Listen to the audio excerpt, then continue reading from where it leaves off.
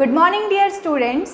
घर पे बैठे हुए हैं, बोर हो रहे हैं, स्कूल आ नहीं सकते, कोरोना वायरस चल रहा है ना, तो हमें क्या करना है?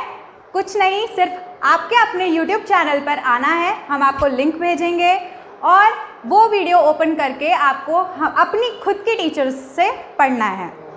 तो आज मैं पढ़ाने जा रही हूँ क्लास 12 बिजनेस स्टडीज़ का chapter number 1, nature and significance of management. सबसे पहले हमें ये पता होना चाहिए कि मैनेजमेंट होता क्या है। आपके पापा आपका घर मैनेज करते हैं, मम्मी मैनेज करती है, वो भी एक तरीके का मैनेजमेंट है। आप स्कूल आते हैं, टीचर्स आपको मैनेज करती है, प्रिंसिपल स्कूल मैनेज करते हैं, वो भी एक तरीके का मैनेजमेंट है। सबसे पहले हमें इसका कंसेप्ट पता होना चाहिए कि मैनेजमेंट होता क्या है। मैनेजमेंट एक प्रक्रिया है। क्या है management? It is a process. यह एक प्रक्रिया होती है, मतलब ये कंटिन्यूसली चलने वाली एक प्रोसेस होती है, उसे हम मैनेजमेंट कहते हैं। ठीक है, नेक्स्ट ये होता है getting things done by others. Management एक ऐसी चीज़ है जो कि एक ग्रुप ऑफ पीपल मिलकर करते हैं। मैनेजमेंट दूसरों द्वारा करवाया जाता है, दूसरे मैनेजमेंट को करते हैं। Getting things done by others, others इस चीज़ को करते हैं, उसे हम कहेंगे मैनेजमेंट। थर्ड होता है इफेक्टिव एंड एफिशिएंट। मतलब कि इफेक्टिव का मतलब होता है किसी भी कार्य को समय पर पूर्ण करना, कार्य को समय पर करना, यानी कि टाइम जो आपने निर्धारित किया है उस समय में अगर आप कोई काम कंप्लीट करते हो, वो हो जाता है मैनेजमेंट। एफिशिएंसी का मतलब होता है, एफिशिएंटली का मतलब होता है कि कम लागत पर आप मैक्सिमम प्रॉफिट ले रहे हो, आप अपने गोल तक पहुंच रहे हो। तो मैनेजमेंट क्या है? मैनेजमेंट इज़ अ प्रोसेस, वह एक प्रक्रिया है जो कि हम दूसरों से कराते हैं। Getting things done by others effectively and efficiently, यानी कि ऑन टाइम और एट लो कॉस्ट। ठीक है, तो ये अगर आप देखोगे तो एक डेफिनेशन हो गया, एक मीनिंग हो गया है जो कि आप इजीली याद कर सकते हो और एग्जाम में लिख सकते हो। मतलब management is a process, getting things done by others effectively and efficiently. Next जो हमें देखना है वो है कैरेक्टरिस्टिक्स ऑफ मैनेजमेंट। अब हम पढ़ेंगे कि मैनेजमेंट की कैरेक्टरिस्टिक्स क्या होती है। तो चलिए देखते हैं characteristics of management.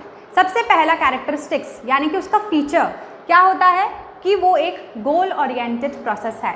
Goal oriented का मतलब आप मैनेजमेंट क्यों करते हो? ताकि आप अपने गोल को, आपका जो एम है, ऑब्जेक्टिव है, उसे आप अचीव कर सकें। सबसे पहला पॉइंट होगा गोल ओरिएंटेड प्रोसेस। मैनेजमेंट एक ऐसा प्रोसेस है जो कि आप अपने गोल को अचीव करने के लिए करते हैं। नेक्स्ट होता है कंटिन्यूस प्रोसेस। मैनेजमेंट कहीं भी एक स्तर पर आकर कभी ख़त्म नहीं होता, वो कंटिन्यूसली हमको करना पड़ता है, फ्रॉम टॉप टू बॉटम और from left to right, wherever A to Z हमें हमेशा कंटिन्यूसली मैनेजमेंट करना बहुत ज़्यादा ज़रूरी है। नेक्स्ट होता है मल्टी डायमेंशनल। मल्टी डायमेंशनल ज़्यादा इंपॉर्टेंट पॉइंट नहीं है, लेकिन हमें उसे ध्यान में रखना है क्योंकि मैनेजमेंट एक मल्टी डायमेंशनल प्रोसेस होता है। सबसे पहला मैनेजमेंट ऑफ वर्क, हमें हमारे काम को मैनेज करना है, हमें हमारे वर्क को मैनेज करके रखना पड़ेगा।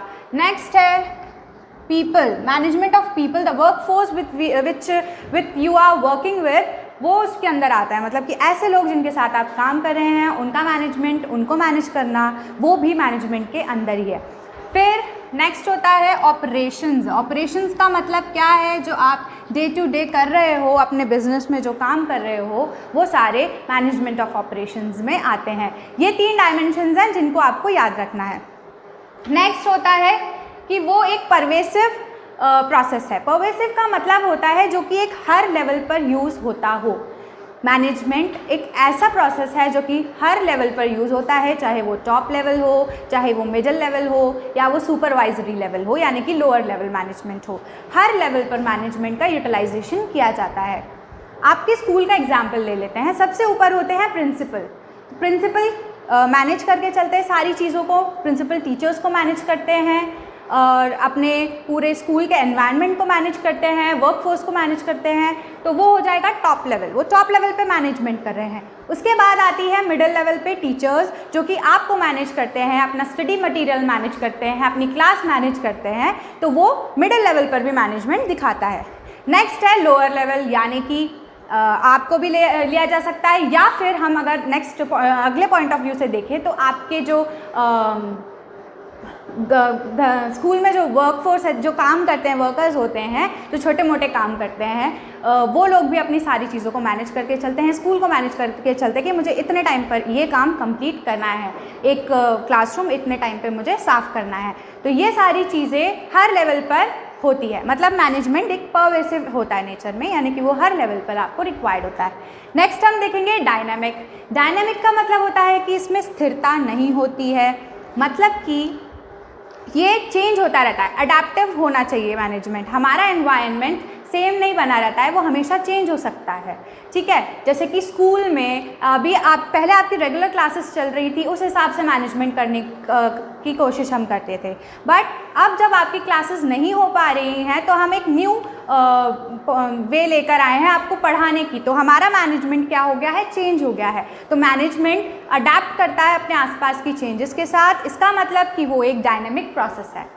नेक्स्ट हम देखते हैं लास्ट की वो एक ग्रुप एक्टिविटी है। एक अकेला व्यक्ति सारी चीज़ें मैनेज नहीं कर सकता, तो हमें क्या चाहिए, ग्रुप ऑफ पीपल चाहिए जो कि हर चीज़ को मैनेज करके चल सके, क्योंकि इसीलिए हम कहते हैं कि मैनेजमेंट एक ग्रुप एक्टिविटी है। अब नेक्स्ट जो हमें देखना है वो है इम्पॉर्टेंस ऑफ मैनेजमेंट, यानी कि मैनेजमेंट क्यों ज़रूरी है। इम्पॉर्टेंस ऑफ मैनेजमेंट यानी कि मैनेजमेंट ज़रूरी क्यों है, चलिए वो देखते हैं। सबसे पहला पॉइंट है helps in achieving group goal. Next point है इंक्रीजेज एफिशिएंसी। थर्ड पॉइंट है achieving personal objective. Fourth point है dynamic organisation and the fifth point is development of society. सबसे पहला पॉइंट यानी कि helps in achieving group goal. आप management क्यों कर रहे हो, ताकि आप अपने गोल तक पहुंच सको, ताकि आप उसे अचीव कर सको। हम मैनेजमेंट क्यों कर रहे हैं, ताकि हम आपको पढ़ा सके, वो हमारा गोल है। उसे अचीव करने के लिए मैनेजमेंट किया जाता है, और वही है हमारा पहला पॉइंट कि इम्पॉर्टेंट क्यों है, ताकि हम हमारे ग्रुप गोल को अचीव कर सके। नेक्स्ट होता है इंक्रीजेस एफिशिएंसी। आप जितना अच्छा मैनेजमेंट करोगे आपका काम उतना ज़्यादा एफिशिएंट होगा, यानी कि कम समय में आपका काम सही तरीके से हो जाएगा, वो होता है इंक्रीजेस एफिशिएंसी। अच्छा management leads to good efficiency, great efficiency in an organisation. Next point है डायनामिक ऑर्गेनाइजेशन। डायनामिक ऑर्गेनाइजेशन का मतलब मैं आपको बता चुकी हूँ कि एनवायरनमेंट जब हमारा चेंज होता है तो उसमें अडेप्ट करना मैनेजमेंट को आता है। तो डायनेमिक ऑर्गेनाइजेशन होना इम्पॉर्टेंट है, यानी कि जैसा आपके चेंजेस हो रहे हैं मैनेजमेंट भी उस तरीके से चेंज हो सके, ऐसा मैनेजमेंट आपको रखना है। तो पहला पॉइंट था हेल्प्स इन अचीविंग ग्रुप गोल, दूसरा था इंक्रीजेस एफिशिएंसी, तीसरा था डायनेमिक ऑर्गेनाइजेशन। फोर्थ पॉइंट है achieving personal objective. Personal objective का मतलब होता है जो मैनेजमेंट कर रहा है उसका खुद का भी कुछ ऑब्जेक्टिव होगा कि वो क्यों मैनेजमेंट कर रहा है, कि या वो क्यों अपना ग्रुप गोल अचीव करना चाह रहा है। हम किसी ऑर्गेनाइजेशन में क्यों काम करते हैं, ताकि हम सैलरी पा सके टाइम टू टाइम, हमें पर्सनली प्रेस्टीज मिले, लोग हमें पसंद करें, हमें पीर रिकॉग्निशन मिले हमारे ऑर्गेनाइजेशन में, तो वो किसके अंदर आएगा, अचीविंग पर्सनल ऑब्जेक्टिव के अंदर। नेक्स्ट और लास्ट पॉइंट है डेवलपमेंट ऑफ सोसाइटी। कोई भी व्यक्ति मैनेजमेंट क्यों करता है, ताकि वो सोसाइटी को डेवलप कर सके। इम्पॉर्टेंट है मैनेजमेंट, ताकि वो सोसाइटी को डेवलप कर सके। मैनेजमेंट चाहिए, आपको वर्कफोर्स चाहिए, वर्कफोर्स चाहिए तो आपको सोसाइटी से लोग चाहिए कि वो आपके ऑर्गेनाइजेशन में काम करें। तो ये एक तरीके से क्या हो रहा है, सोसाइटी का ही भला हो रहा है कि हम उसको क्या प्रोवाइड कर रहे हैं, रोज़गार प्रोवाइड कर रहे हैं, एम्प्लॉयमेंट अपॉर्चुनिटीज़ दे रहे हैं कि वो हमारे ऑर्गेनाइजेशन में काम करे। नेक्स्ट जो हमें देखना है वो टॉपिक है ऑब्जेक्टिव्स ऑफ मैनेजमेंट, यानी कि मैनेजमेंट किया क्यों जाता है, उसका उद्देश्य क्या है, वो हम देखेंगे। आगे जो हमें पढ़ना है वो है ऑब्जेक्टिव्स ऑफ मैनेजमेंट, यानी कि मैनेजमेंट के उद्देश्य क्या है, उनका मैनेजमेंट करने का जो एम है, जो ऑब्जेक्टिव है, वो हम देखेंगे ऑब्जेक्टिव्स ऑफ मैनेजमेंट के अंदर। सबसे पहला ऑब्जेक्टिव होता है ऑर्गेनाइजेशनल ऑब्जेक्टिव, यानी पूरी ऑर्गेनाइजेशन में जो ऑर्गेनाइजेशन मैनेजमेंट कर रही है उसका उद्देश्य क्या है, उसका क्या ऑब्जेक्टिव है। सबसे पहला उद्देश्य होता है सर्वाइवल, मतलब उसे मार्केट में सर्वाइव करना है, अपनी एक पहचान बनाना है, अपनी गुडविल इंक्रीज करना है, तो उसे क्या करना पड़ेगा, ऑर्गेनाइजेशन में सर्वाइव करना पड़ेगा। नेक्स्ट है ग्रोथ, एक ही जगह पर रुककर नहीं रह जाता। कोई भी ऑर्गेनाइजेशन आगे बढ़ना चाहता है, अपना प्रॉफिट इंक्रीज करना चाहता है, अपनी प्रेस्टीज बढ़ाना चाहता है, अपना गुडविल इंक्रीज करना चाहता है, मार्केट में स्टैंड करना चाहता है, अपनी अलग पहचान बनाना चाहता है। उसके लिए उसे मैनेजमेंट करना होता है। Proper management leads to proper growth और proper survival in an organisation. Next है प्रॉफिट। सबसे इम्पॉर्टेंट और मेन उद्देश्य किसी भी ऑर्गेनाइजेशन का होता है प्रॉफिट पाना, यानी कि उसे ज़्यादा से ज़्यादा प्रॉफिट कमाना होता है, जो भी उसका बिजनेस है उससे, उस उद्देश्य से ही वो मैनेजमेंट करता है। ये हो गए हमारे 3 पॉइंट्स ऑर्गेनाइजेशनल ऑब्जेक्टिव में। सबसे पहला सर्वाइवल, नेक्स्ट ग्रोथ और थर्ड प्रॉफिट। फिर होते हैं पर्सनल या इंडिविजुअल ऑब्जेक्टिव। पर्सनल यानी कि जो व्यक्ति मैनेजमेंट कर रहा है उसके पर्सनल क्या ऑब्जेक्टिव्स हैं मैनेजमेंट करने के। उसे तो ऑर्गेनाइजेशन के प्रॉफिट से इतना ज़्यादा मतलब भी नहीं होता, उसे किस चीज़ से ज़्यादा मतलब होता है कि उसका इंक्रीमेंट, उसकी सैलरी टाइम टू टाइम होना चाहिए, उसको टाइम टू टाइम बोनस मिलना चाहिए। तो सबसे पहला जो ऑब्जेक्टिव है पर्सनल ऑब्जेक्टिव्स के अंदर वो होता है उसकी फाइनेंशियल नीड्स, उसकी फाइनेंशियल नीड्स को पूरा कर सके वो, इसीलिए वो मैनेजमेंट करता है, यही उसका ऑब्जेक्टिव होता है। नेक्स्ट है सोशल नीड्स। सोशल नीड्स का मतलब उसे सोसाइटी में एक अलग पहचान चाहिए होती है। अगर कोई भी एक इंसान है वो घर पर बैठा हुआ है, कहीं काम नहीं कर रहा, किसी ऑर्गेनाइजेशन में वर्क नहीं कर रहा है, तो उसे वो रिस्पेक्ट और वो रिकॉग्निशन नहीं मिलेगी जो कि एक काम कर रहे बंदे को मिल सकती है। नेक्स्ट है पर्सनल ग्रोथ, यानी कि व्यक्ति अपने आप को ग्रो करना चाहता है, अपने आप को डेवलप करना चाहता है, तो भी वो एक ऑर्गेनाइजेशन में वर्क करता है with the objective of doing management. Next है good healthy working conditions. Personally किसी भी एक व्यक्ति को अच्छा एनवायरनमेंट चाहिए होता है, वो चाहता है कि उसके सुपीरियर्स उसे अच्छे तरीके से ट्रीट करें और उसके आसपास जो उसके कोवर्कर्स हैं, जो कलीग्स हैं, वो उसके साथ अच्छे से, उसे अच्छा वर्किंग एनवायरनमेंट चाहिए होता है, तो वो उसका है फोर्थ ऑब्जेक्टिव। 4 ऑब्जेक्टिव्स हो गए पर्सनल और इंडिविजुअल ऑब्जेक्टिव्स में। नंबर 1 था financial needs, number 2 was social needs, number 3 was personal growth and development और number 4 is good healthy working conditions.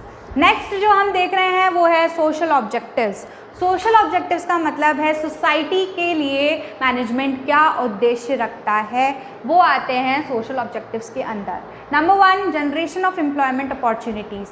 कोई भी एक ऑर्गेनाइजेशन अगर कोई खोलने जा रहा है तो उसका मैनेजमेंट क्या करता है, बाहर आपको मैनेजमेंट के लिए ग्रुप चाहिए, हमने पढ़ा था कि वो एक ग्रुप एक्टिविटी है, तो आपको ज़्यादा से ज़्यादा इंडिविजुअल्स, स्मार्ट इंडिविजुअल्स हमारी ऑर्गेनाइजेशन में वर्क करते हुए चाहिए, तो वो एम्प्लॉयमेंट जनरेट करता है।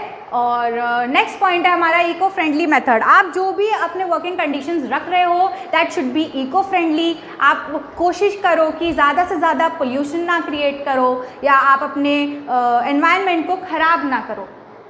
इको फ्रेंडली मेथड से आप जो भी प्रोडक्शन कर रहे हो या जो भी आपका वर्क है वो इको फ्रेंडली मेथड से कर सके, वो होता है objective of management in social objectives. Next है नो अनफेयर ट्रेड प्रैक्टिसेस। अब ये अनफेयर ट्रेड प्रैक्टिसेस का मतलब क्या होता है कि आप अपने कस्टमर्स को गलत तरीके से इन्फ्लुएंस ना करो, आपके प्रोडक्ट्स गलत तरीके के ना हो, ये चीज़ का आपको बहुत ज़्यादा ध्यान देना है। कोई एडल्ट्रेशन नहीं होना चाहिए। अगर कोई फूड मटेरियल है उसमें आप कोई मिलावट ना करो। अगर आपका कोई इलेक्ट्रॉनिक अप्लायंसेस है तो उसके आप अच्छे से चेक करो। ISI मार्क होना बहुत ज़्यादा ज़रूरी होता है आपके प्रोडक्ट्स में। ये सारी चीज़ों को हमें ध्यान देना पड़ता है कि कोई भी ऑर्गेनाइजेशन अनफेयर ट्रेड प्रैक्टिस ना करे, वो उसका सोशल ऑब्जेक्टिव होता है। अगर उसे सोसाइटी में स्टैंड करना है, अपने आप को रिकॉग्निशन बढ़ानी है अपनी, तो उसे इस चीज़ का ध्यान देना बहुत ज़्यादा ज़रूरी है। नेक्स्ट है सप्लाई ऑफ गुड क्वालिटी। हर एक इंडिविजुअल जो आपके पास आ रहा है आपके प्रोडक्ट को लेने या जो भी काम करने जा रहा है, उसे हमेशा गुड क्वालिटी ऑफ प्रोडक्ट चाहिए एट मिनिमम कॉस्ट। कॉस्ट ना मिनिमम हो लेकिन क्वालिटी बहुत ज़्यादा इंपॉर्टेंट होती है कि आपको good quality of product he supply करने होंगे अगर आपको स्टैंड करना है, और वही उद्देश्य होता है मैनेजमेंट का। हमने इसमें देखा generation of employment opportunities for the society, eco friendly method should be used for production of your goods and services.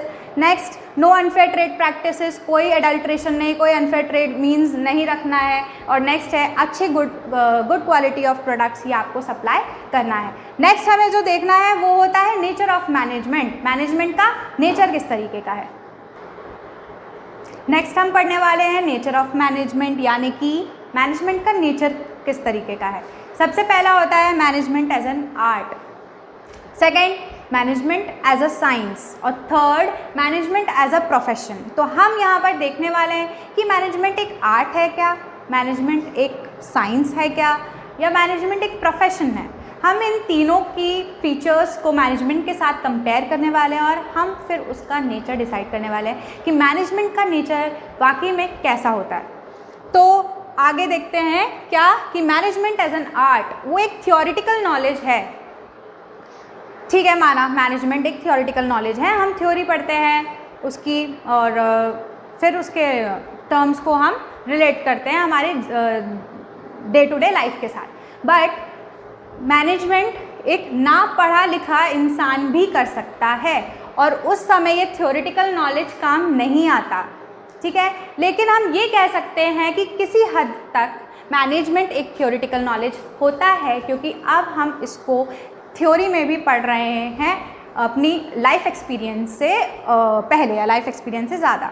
Next ये पर्सनलाइज्ड एप्लीकेशन होता है। आई एग्री कि वो एक पर्सनलाइज्ड एप्लीकेशन है, क्योंकि मैनेजमेंट एक इंडिविजुअल खुद करता है, अपने एफर्ट्स खुद लगाता है।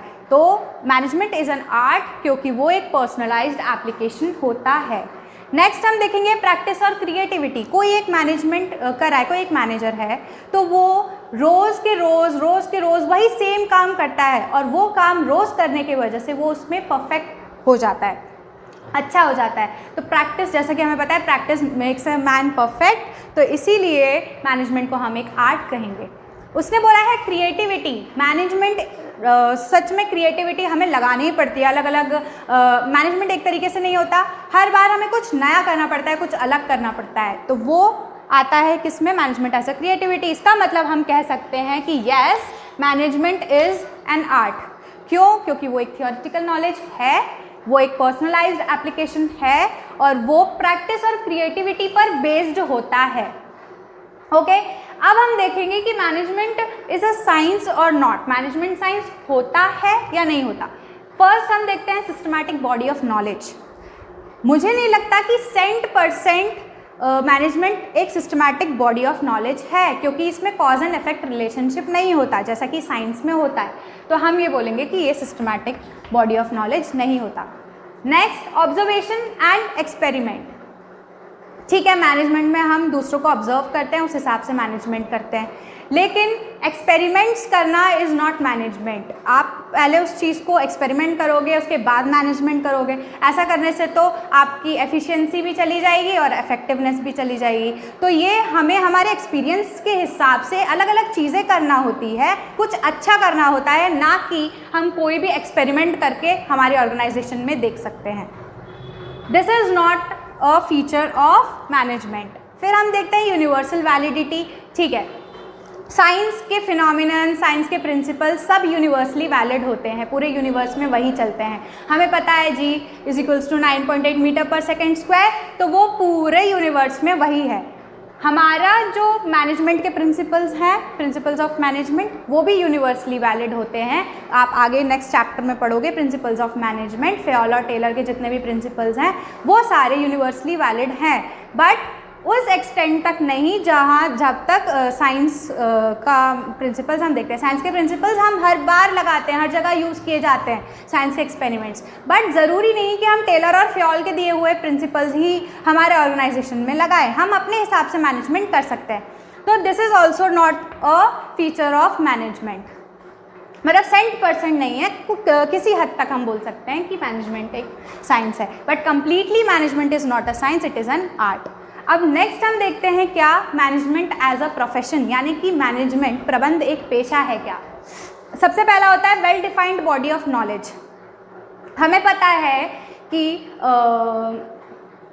प्रोफेशन के लिए well defined body of knowledge ठीक है माना, लेकिन मैनेजमेंट पूरे तरीके से well defined body of knowledge नहीं होता। क्यों नहीं होता?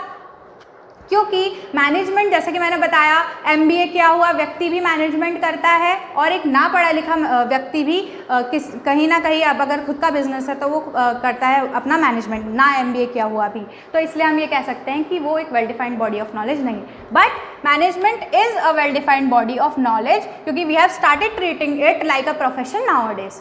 नेक्स्ट हमने देखा रेस्ट्रिक्टेड एंट्री। ऐसा नहीं है कि जैसे कि डॉक्टर्स के लिए होता है आपको MBBS करना ज़रूरी होता है, आपको PMT का एग्ज़ाम देना ज़रूरी होता है, तभी आप डॉक्टर बन सकते हो, तभी आप डॉक्टर के लिए जा सकते हो।